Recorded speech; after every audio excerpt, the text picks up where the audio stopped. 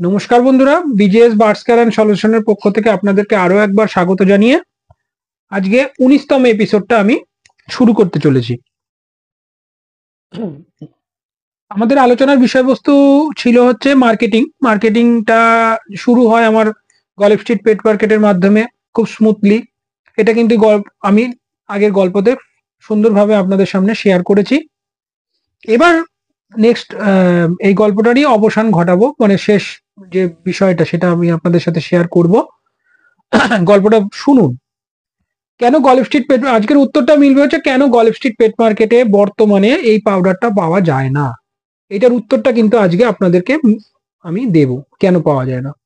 দেখুন, স্মুথলি এই প্রোডাক্টটা চললো মার্কেটে সুন্দরভাবে 1 বছর, এটা আমি আপনাদেরকে বলেই দিয়েছিলাম। এবার এই প্রোডাক্টটা চলার মূল কারণ কি ছিল, আমি গল্পটার মাধ্যমে কি বুঝলেন। এটার চলার মূল কারণ ছিল হচ্ছে দীপকদার পাউডারটাকে নিচের দিকে নামানো, দীপকদার পাউডারটাকে বন্ধ করে দেওয়া, দীপকদার পাউডারটার নিয়ে যে কাজটা দীপকদা করছিল সেটাকে মানে প্রোডাক্টটাকে কিভাবে ইয়ে করা যায় সেটার চেষ্টা চললো আমার প্রোডাক্টের মাধ্যমে। এটাই হয়, আমার প্রোডাক্টের মাধ্যমে তাকে নামানোর চেষ্টা, আবার তার প্রোডাক্টের মাধ্যমে আমাকে, তার প্রোডাক্ট নিয়ে যখন এখন আবার কাজ চলছে আবার আমার প্রোডাক্টকে নামানোর চেষ্টা। এইভাবেই কিন্তু মার্কেটিং সিস্টেমটা চলে। সেখানে আমার প্রোডাক্টটা ঢুকলো এবং মার্কেটিং হলো 1 বছর খুব স্মুথলি, খুব সুন্দরভাবে কিন্তু ব্যবসাটা হলো।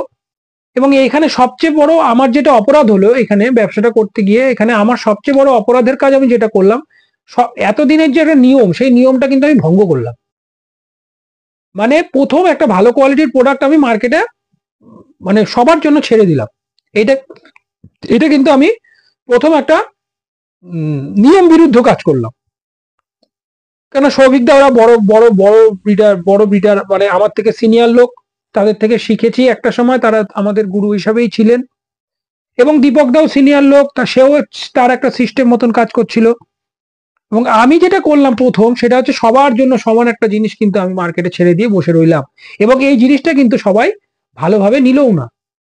ইয়াং জেনারেশন যারা নতুন নতুন পাখি করতে ঢুকছে, যারা হাট থেকে প্রোডাক্ট কালেক্ট করে, তাদের কাছে খুব ভালো লাগছে। তাদের কাছে যাচ্ছে যে হাটে একটা দারুণ প্রোডাক্ট পাওয়া যাচ্ছে, অ্যাভেলেবেল পাওয়া যাচ্ছে, হাটে যাচ্ছে, মাল নিয়ে চলে আসছে, দোকানদাররা মাল নিয়ে চলে যাচ্ছে, দোকানদারদের বিক্রি করতে সুবিধা হচ্ছে, রেপুটেশন ভালো, সেল বেশি, সবকিছু ভালো, সব ভালো।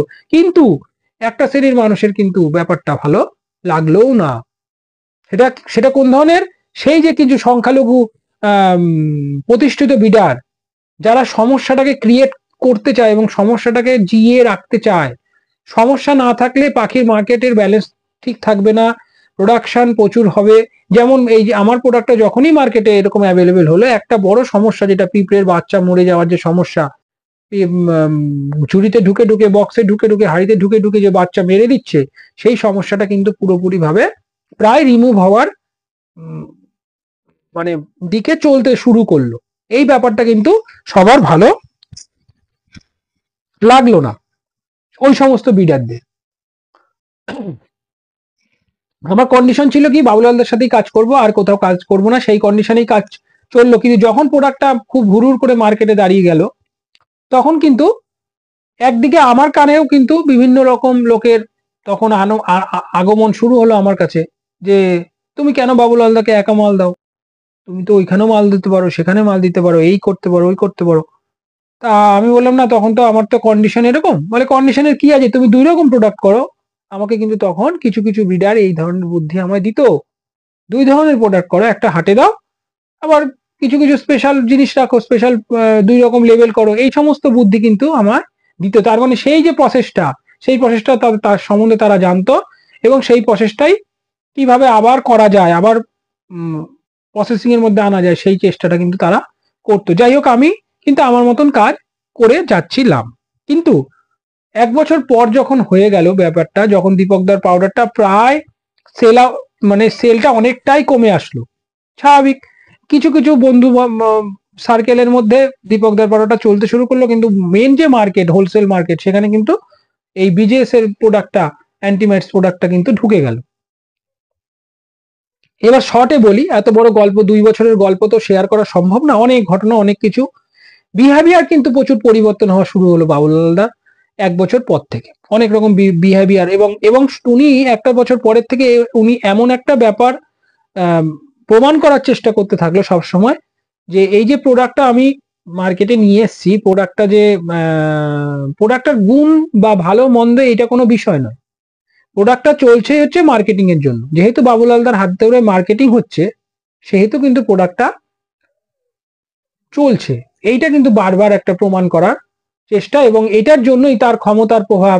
সে যে হাটের একটা বড় মাথা, এবং হাটের তিনি তখন সেক্রেটারি ছিলেন, এখন কে আছে আমি জানি না, এখনো থাকতে পারে। আমি বিগত 5-6 বছর হয়ে গেল আমি হাটে সেরকম, মানে হাটের খোঁজ খবর আমার কাছে বিশেষ একটা আমি নেই না, মানে কারোর কাছ থেকে নিয়েইও না, এগুলো নিয়ে আলোচনা খুব একটা করি না। এখন এতদিন পরে গল্পটা শেয়ার করছি কেন, ধারাবাহিক ভাবে যেহেতু গল্পটা চলছে, যেহেতু এটা পর্ব বিশেষে গল্পটা চলছে, বিজেএস এর উত্থান পতনের যে গল্প, বিজেএস এর আজকের দিনে যে আসলাম, তার যে বিভিন্ন অভিজ্ঞতা, বিভিন্ন গল্পগুলি আমি আপনাদের কাছে তুলে ধরার চেষ্টা করছি, তার জন্যই এইগুলো বলা।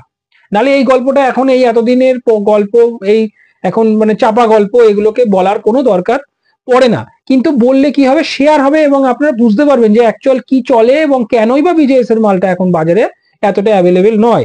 এই উত্তরগুলি আপনাদের পাবেন, এই জন্য ভিডিওগুলো করা এবং শেয়ার করা ধারাবাহিকভাবে আমি করতে চাইছি। এতে অনেক অভিজ্ঞতা শেয়ার হবে।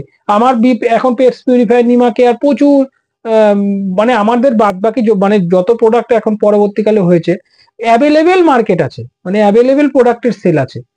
কিন্তু কেন করলাম, এই প্রোডাক্টগুলি কেনই বা আসলো মার্কেটে, এই প্রোডাক্টগুলির সাথে 5টা প্রোডাক্টের কি ডিফারেন্ট, এইগুলি নিয়ে কিন্তু ভিডিওগুলি পরপর ধারাবাহিকভাবে আসবে। আমাদের যতগুলি প্রোডাক্ট এখানে তৈরি হয়েছে, কোনোটাই আননেসেসারি তৈরি হয়নি। প্রতিটা প্রোডাক্টের কিন্তু তৈরি হওয়ার পিছনে এক একটা করে গল্প আছে, প্রত্যেকটা প্রোডাক্টের তৈরি হওয়ার পিছনে গল্প আছে। সেই গল্পগুলি কিন্তু আপনাদের সাথে আমি শেয়ার করবো, তাহলে আপনারা বুঝতে পারবেন যে বেসটা কি আছে, কেন বিজেএস বার্ডস কেয়ার আজকে উইদাউট মার্কেটিং, জিরো মার্কেটিং এও আজকে পাখির জগতে, এই বার্ড ফিল্ডের জগতে সুন্দরভাবেই টিকে আছে। নয়তো উঠে যাওয়ার কথা ছিল। কেন আজকে এত এত এত প্রোডাক্ট নিয়ে যে আমি বসে আছি, কে নিচ্ছে, কারা নিচ্ছে, কেন নিচ্ছে, এর উত্তরগুলো তো আপনাদের জানার দরকার আছে। নতুনরা প্রচুর নলেজ নেই, তারা একদম নলেজ নেই বললেই চলে, যে যা বলছে তাই করছেন। একটু এই ভিডিওগুলো দেখুন, অভিজ্ঞতা বাড়বে। যাই হোক, গল্পটা আমি খুব শর্টের মধ্যে শেয়ার করব। তার কারণ হচ্ছে এই গল্পটা মেনলি বলা, যেহেতু ধারাবাহিকভাবে চলছে, তাই ধারাবাহিকতা মেনটেন করার জন্য বলা, নাহলে এই পুরনো এতদিনের অতীতগুলোকে খোঁচানোর বা এগুলোকে নিয়ে বলা আমার কোনো ইচ্ছা নেই। কিন্তু যেহেতু ধারাবাহিকভাবে চলছে, সেহেতু বলা। খুব শর্টের উপর দিয়ে বলবো। বিষয়টা কি ঘটলো, মেন খুব সিম্পল একটা বিষয়। সেটা হচ্ছে যে আমার প্রোডাক্টটা নিয়ে যখন বাবুল হালদা প্রথম কাজ করা শুরু করলো, তখন এটা যে একটা ব্র্যান্ড প্রোডাক্ট হয়ে যেতে পারে, এই কনসেপ্টটা ওনার মধ্যে প্রথমে ছিল না। কেননা ওনার মধ্যে একটাই কনসেপ্ট কাজ করছিল, সেটা হচ্ছে মানে একটা কম্পিটিটর তৈরি করা, এবং দীপকদার প্রোডাক্টটার টাকে মার্কেটটাকে ফেলে দাও। এটা হচ্ছে একটা মেন উদ্দেশ্য ছিল। সেই উদ্দেশ্যটা হিসাব করেই কিন্তু আমার প্রোডাক্টটাকে নিয়ে এত সুন্দরভাবে কাজ করতে থাকলো। এবার 1 বছর বাদের কিন্তু এই বিহেভিয়ারটা চেঞ্জ হয়ে গেল, অ্যাটিটিউডটা চেঞ্জ হয়ে, কেননা উনি উনি তখন বুঝলো যে এখানে একটা ব্র্যান্ড কিন্তু তৈরি হয়ে যাচ্ছে। স্বাভাবিকভাবে আপনারা একটু ক্যালকুলেশন করে দেখবেন, শুধু পাখির হাট বলে না, হাটে যে ব্যবসাগুলি হয় না, হাটে খুব ব্র্যান্ড প্রোডাক্ট নিয়ে সেল হয়, ব্র্যান্ড প্রোডাক্ট সেল হয়, কিন্তু ব্র্যান্ড প্রোডাক্টকে তোলা খুব একটা হাটে হয় না। জামা কাপড়ের হাটেও দেখবেন সমস্ত যে বিক্রি হয়, সেল হয়, সেগুলি ব্র্যান্ডেড প্রোডাক্ট কিন্তু হয় না। বিভিন্ন কারিগররা কাজ করে, সেইগুলিকেই সস্তায় কমের মধ্যে কিন্তু হাটে মার্কেটিং হয়। হাটে মেনলি সস্তার প্রোডাক্ট এবং একটু কমের প্রোডাক্ট গুলিকে হাটে মার্কেটিং হয়। এবার কম্পিটিটর তৈরি করতে গিয়ে কি হলো, বিজেএস কিন্তু একটা ব্র্যান্ড আস্তে আস্তে তৈরি হওয়া শুরু হলো। এই ব্যাপারটা হয়তো কোনোভাবে বাবুল হালদা কেন, অনেকেরই কিন্তু এটা সমস্যা তৈরি হলো, কেননা বাঙালির ধর্ম বাঙালি রাখবে, বাঙালির ধর্মই এটা। ভালো কোনো কাজকে ভালো কোনো জায়গা দেওয়ার মানসিকতাটাও সবার মধ্যে থাকে না, বা থাকলেও সেটা দীর্ঘস্থায়ী হয় না। সেই ঘটনাটাই ঘটলো। যাই হোক, মেন উদ্দেশ্যটা ছিল দীপকদার প্রোডাক্টটাকে নামিয়ে দেওয়া। সেটা কিন্তু ঘটলো পরেই কিন্তু আমার প্রতি দৃষ্টিভঙ্গি চেঞ্জ হলো, এবং আমাকে সরানোর জন্য একটা ছোটখাটো একটা ইস্যু তৈরি করা হলো। একটা একটা একটা অ্যামাউন্ট আমার কাছে দাবি করা হলো যে এই অ্যামাউন্টটা তোমাকে পে করতে হবে। সেটা আমি সেটা নিয়ে একটা ক্যাচালের সৃষ্টি, ওটা নিয়ে আর বেশি ডিটেলস আমি বলতে চাই না, ওটা নিয়ে একটা ক্যাচালের সৃষ্টি করা হলো। এবং আমাকে লাস্ট একটা অফার করা হলো তুমি কতই মাল দিতে পারবে। আহ, আমি আরো অনেক কমে বা অনেক সস্তায় কিন্তু আমি মাল পেয়ে গেছি। আহ, তোমার গল্প কিন্তু শেষ, আমাকে এই কথাটা বলা হলো। এর মধ্যে অনেক কিছু গল্প, আমি অত গল্প ডিটেলস আমি বলতে বারবার বলছি বলবো না বা বলতে চাই না। মেন হচ্ছে দীপকদার মালটা যেহেতু কোনো ব্র্যান্ডেড ছিল না, এবং দীপকদার মালটা যেহেতু দামটা সস্তায় আবার পরে নামিয়ে দিয়ে দীপকদা স্যারেন্ডার করেছে। মোট কথা এই যখন আর কোনো অপশন তার কাছে ছিল না, কেননা আমার প্রোডাক্টটা এক নম্বর কথা কোয়ালিটি প্রোডাক্ট, কোয়ালিটিতে এক নম্বর নম্বর পজিশন অলরেডি তখন মার্কেটে হয়ে বসে আছে, এবং তার পাশাপাশি একটা ব্র্যান্ড দাঁড়িয়ে যাচ্ছে, এই দুটো বিষয়। এবং এইটাকে যদি মার্কেট থেকে সরাতে হয় তাহলে একটাই অস্ত্র, সেটা হচ্ছে মালের এগেনস্ট পার্টির মালের দামটাকে সস্তায় নিয়ে আসা, মানে এমন একটা রেট ফেলানো সেই রেটে যাতে আমি মালটা দিতে না পারি। এবং স্বাভাবিকভাবে আমি যেহেতু ব্র্যান্ড প্রোডাক্ট নিয়ে কাজ করছিলাম এবং কোয়ালিটি প্রোডাক্ট নিয়ে কাজ করছিলাম, সেহেতু আমি ওই দামে মালটা ফেলতে পারলাম না। আমার পক্ষে এখনো সম্ভব না। আমি যে প্রোডাক্টটাকে মার্কেটে দিই বা সবাই যে আমার প্রোডাক্টটা ব্যবহার করে সেটা যে কোয়ালিটির প্রোডাক্ট, এখনো আমি আমার পক্ষে কিন্তু ওই প্রোডাক্টটাকে কমে দেওয়া সম্ভব নয়।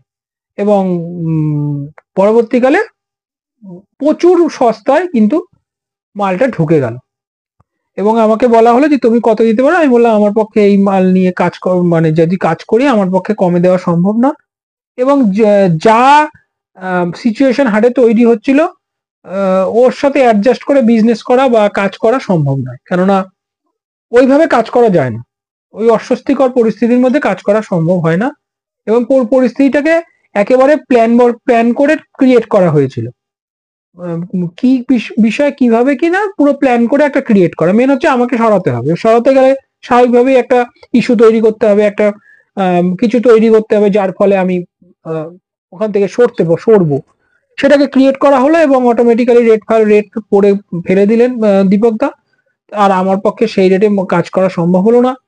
এবং যে একটা অ্যামাউন্ট আমার কাছে দাবি করা হয়েছিল যে এইটা তোমাকে পে করতে হবে, সেটাও আমি পারলাম না। এইভাবে আমাকে লাস্টে টাকা পয়সা নিয়ে নানান রকম সমস্যা, টাকা পয়সা আমাকে মানে সব পেমেন্ট পেমেন্ট আমাকে দেওয়া হয়নি লাস্ট ফিনিশিং। যাই হোক, সেটা সেটা বাদ দিন, সেটাও আমি ধরলাম না। এইভাবে মোটমাট কথা কিন্তু হার্ড কল স্ট্রিটের গল্পটা কিন্তু শেষ হয়। এবং এইভাবে কাজ করা সম্ভব না, ব্র্যান্ড প্রোডাক্ট নিয়ে কাজ করা সম্ভব না। এবং যেহেতু ওয়েস্ট বেঙ্গলে আমি কাজ করি এবং ওয়েস্ট বেঙ্গলে একটা ব্র্যান্ড তৈরি হয়ে যাচ্ছে, এই ব্যাপারটা তখনও গল স্ট্রিট পেট মার্কেটের থেকে সহযোগিতা পাইনি। এবং এখনো বর্তমানে কিন্তু এই মার্কেটিং এর যথেষ্ট সমস্যা রয়েছে। কেউই চায় না, কেউই কোনো মার্কেটিং সিস্টেম চায় না যে ওয়েস্ট বেঙ্গলে একটা ভালো মানে ম্যানুফ্যাকচারিং হোক, এখান থেকে একটা ভালো ব্র্যান্ড তৈরি হোক বা সেখান থেকে ভালো ভালো প্রোডাক্ট হোক। এইটা কিন্তু একমাত্র ব্রিডার ছাড়া বা বার্ড লাভার ছাড়া এটা কেউ চায় না। যারা পাখিকে ভালোবাসে, পাখিকে ভালো রাখতে চায়, তারাই চাইবে যে একটু কমের মধ্যে একটু ভালো কোয়ালিটির প্রোডাক্ট যদি আমরা হাতে পাই। তাই জন্য BJS birds care and solution আছে, এবং এই কারণের জন্য কিন্তু গল স্ট্রিট পেট মার্কেটে আমাদের এখন বর্তমানে কোনো প্রোডাক্ট পাওয়া যায় না। এবং মার্কেটিং সিস্টেমটা যেহেতু এরাই কর্ণধার, এদের হাতেই টোটাল ক্ষমতাটা রয়েছে। পরবর্তীকালে অন্যান্য কোনো দোকান আমি বলেও ছিলাম যে এদের মাধ্যমেই মার্কেটিংটা হয়। অন্যান্য কোনো দোকানদারের মাধ্যমেও যে আমি সেটাকে নিয়ে কাজ করব সেটা করতে পারিনি, বা কিছু কিছু দোকানদার পরবর্তীকালে মাল আমার থেকে নিতে আসে সেটাকেও বন্ধ করে দেওয়া হয়। পুরো হাটের কমিউনিটির থেকে সেটাকে বন্ধ করে দেওয়া হয়। এইভাবে গল স্ট্রিট পেট মার্কেটের কাজটা আমার সম্পূর্ণ বন্ধ হয়। ভবিষ্যতে যদি কেউ আবার নতুন করে চালু করতে চায়, আমি তো মাল দিতে অবশ্যই রাজি, সেটা তো আমি দেবই, কিন্তু ওইভাবে নয়। যে সিস্টেমে আমি কাজ করেছি সেই সিস্টেমে আমার পক্ষে আর কাজ করা সম্ভব না। কেননা যেখানে সম্মান নেই, যেখানে একটা ক্রিয়েটিভিটি, একটা জিনিস তৈরি করার যেখানে সম্মান নেই, সেখানে কাজ করে কোনো মজা নেই। আমি যা যা জিনিস BJS birds care and solution দিয়ে আসছে বিগত 10 বছর ধরে, অন্য কোনো ফিল্ডে যদি কাজ করতাম সত্যি এখানে একটা সম্মানের জায়গা তৈরি হতো। এখানে কাজ করি একটাই ভালো লাগে কি, এই যে পাখিগুলোকে সুস্থ রাখতে পারি, এই যে বিভিন্ন ব্রিডারদের ভালোবাসাটা যে আমি পাই, রিডাররা যে আমায় রেসপেক্ট করে এবং আমার ওষুধগুলির মাধ্যমে, সাপ্লিমেন্টগুলির মাধ্যমে তাদের পাখিগুলিকে ভালো রাখতে পারে, এইটাতে খুব ভালো লাগে। মানসিক একটা সন্তুষ্টি পাই যে এত কষ্ট করে প্রোডাক্টগুলোকে তৈরি করি, তার একটা যথাযথ ব্যবহার বিডারদের মাধ্যমে যে হচ্ছে, এতে একটা আনন্দ লাভ হয়। তার ফলে কিন্তু কাজগুলো দীর্ঘদিন ধরে করে আসছি। যাই হোক, এটা উত্তরটা পেলেন যে গল্ফ স্ট্রিট পেট মার্কেটে কেন প্রোডাক্ট পাওয়া যায় না। পাওয়া যাওয়ার আশাটা খুবই কম, এই কারণেই পাওয়া যায় না। বেশি ঘেটিয়ে বললাম না, অনেক ঘটনা, অনেক রকম পরিস্থিতিটা ভালো না, মানে ওখানে ব্র্যান্ড প্রোডাক্ট নিয়ে কাজ করা সম্ভব না, ভালো কোয়ালিটির প্রোডাক্ট নিয়ে অন্তত গল্ফ স্ট্রিট পেট মার্কেটে কাজ করা সম্ভব না। এবং পরবর্তীকালে কিভাবে আস্তে আস্তে মার্কেটটা আমি করলাম এবং কি কি প্রোডাক্ট গুলো আস্তে আস্তে করে কেন তৈরি হলো, এবং প্রত্যেকটা প্রোডাক্টের তৈরি করার পেছনে যে গল্পগুলো, সেগুলো আপনাদের সাথে শেয়ার করব। শেয়ার করলে ভালো লাগবে, আপনাদের শুনে অভিজ্ঞতা তৈরি হবে। যাই হোক, নেক্সট এপিসোডটা ভাবছি যে কি নিয়ে বলা যায়। নিমা কেয়ার নিয়ে একটু বলার চেষ্টা করছি নেক্সট এপিসোডে, যে নিমা কেয়ারটা কেন তৈরি করা হয়েছিল এবং নিমা কেয়ারের কি কি গুণ, নিমা কেয়ার ব্যবহার করলে কি কি লাভ হবে এবং কোন পরিস্থিতিতে কেন নিমা কেয়ার তৈরি হয়, সেটা নিয়ে একটা গল্প করব।